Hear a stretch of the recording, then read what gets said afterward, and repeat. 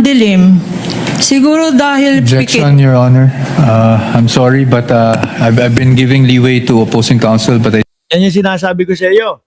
No, na kumokontra itong si Attorney Powa kasi nga kung paano daw po basahin ni Attorney Lorna Kapunan yung mga pangalan ay parang binibigyan ng kulay. Eh pag nabasa mo, Miggy Mango, Fernando Tempura, Chippy McDonald, Gina Colca, Lucky Utenco, Dodong Bunal, Pining Garcia, Ray Piñoco, Mekuto Pukiko. Eh lahat yun talagang malalaman mo kung ano yung ibig sabihin. Liw ba? Ipagtatanggol at magtatanggol pa. Kahit anong way ng pagbabasa dyan, lalabas kung ano yung pangapaglalaro ng mga kampo o kung sino man yung mga inutusan ni Sara Duterte na isulat o gumawa o mag-imbento ng mga pangalan na ito. Ano gusto ni Powa? Excuse me po, pakibasa na lang ng maayos. Di ba pakibasa? Sige, babasahin ko ng maayos, mga kababayan. Susubukan ko na ialis doon sa isip ko kung ano yung naiisip ko dito sa mga pangalan na ito. Babasahin ko lang as normal. Si Gina Colca. Di ba? Eto po, sino po si Gina Colca? Alam mo agad eh. Hindi mo maiiwasan eh. Eto po, si Pining Garcia. Di ba?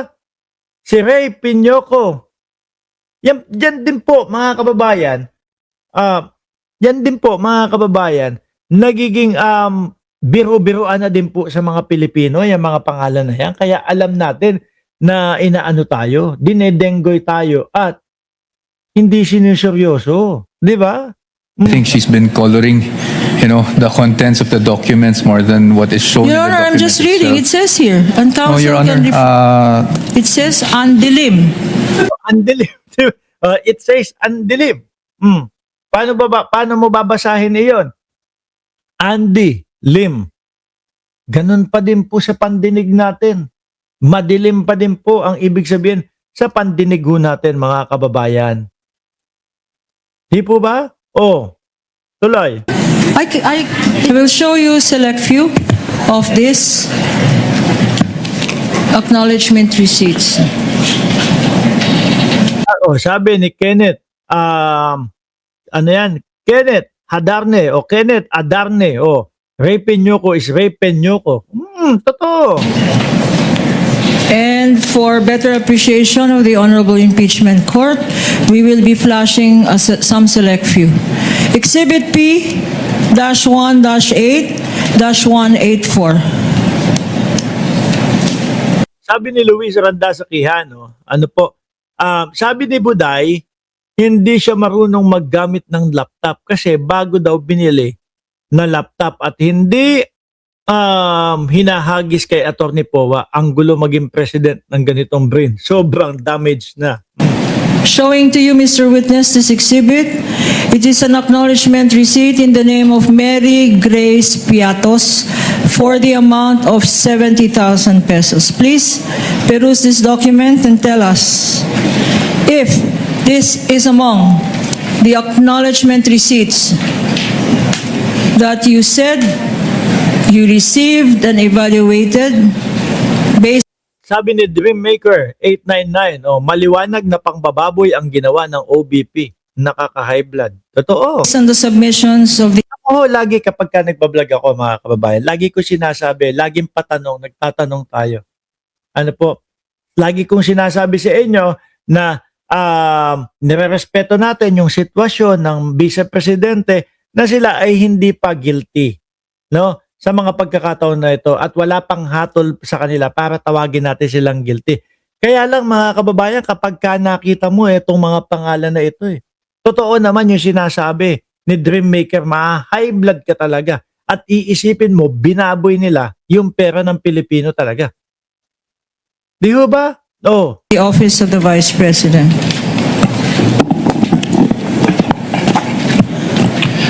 This AR po is among the acknowledgement receipts submitted by the OBP to ICFAO.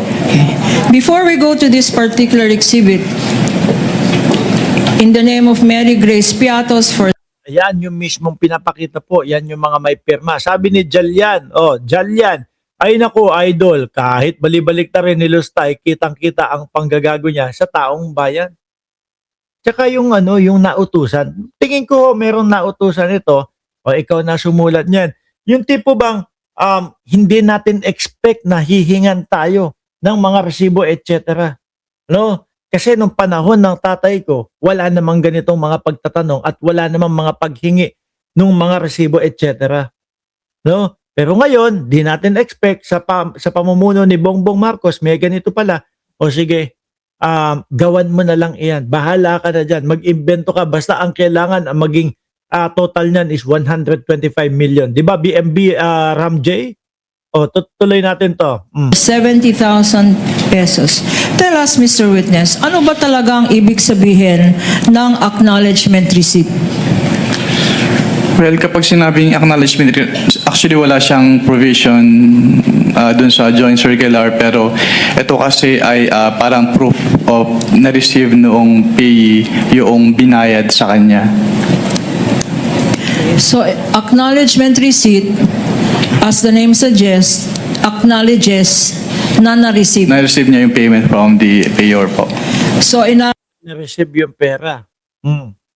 Tapos may pirma. No, ni Mary Grace Piatos. Bagay, sabi naman ni Bato de la Rosa, dyan sa Davao, madaming Mary Grace Piatos, madaming Piatos dyan. acknowledge ng isang Mary Grace Piatos na tumanggap siya ng magkano? Based from this acknowledgement receipt po, tumanggap po si Mary Grace Piatos ng 70,000 pesos for the payment of rewards, close and open parenthesis, medicines. Bakit dalawa to? Payment of rewards tsaka medicines. Anong ibig sabihin? Sabi ni Dreammaker, ba't nawala si Poging Yolo? Babalik din ho yun. Mamaya ko, ayan na, nandiyan na. Ayan o. Nandiyan na si Yolo, babalik ka. Kasabi ko lang, babalik pero nandiyan na ho. Ang binayad sa kanya na reward ay gamot? Hindi ko po ma-determine based on this document alone po, kaya po kami nagpapasubmit ng additional documents. And also, since it is payment of rewards po, hindi rin po enough lang na acknowledgement receipts. Kailangan din pong makomply yung provision noong joint circular as to the payment of rewards. Okay. So, itong Mary Grace Piatos acknowledgement receipt ay sinasabi mo na violation ito ng joint circular. Bakit? Dahil hindi po ito properly supported by document evidencing success po, which is required under 4.8.5 of the joint circular 2015. Sabi ni Ma'am Maritel Musni, kapal ng mukha ng BP na yan. Talaga, grabe. Tapos ito pa ho. No? Tingin ko makakadagdag doon sa init at visit ninyo sa Vice Presidente. Biruin nyo, mga bossing, 3 beses sa isang linggo. Pinag-uusapan or merong trial doon sa impeachment niya. Pero parang wala lang, no? Parang ipinapakita mo o pinapamukha niya o nila sa atin, mga bossing, na tipo bang pakialam ko dyan, o pa-impeach niyo ako dito, basta kailangan pupunta ako dito sa dating Pangulong Duterte, pupunta ako dito sa dahig.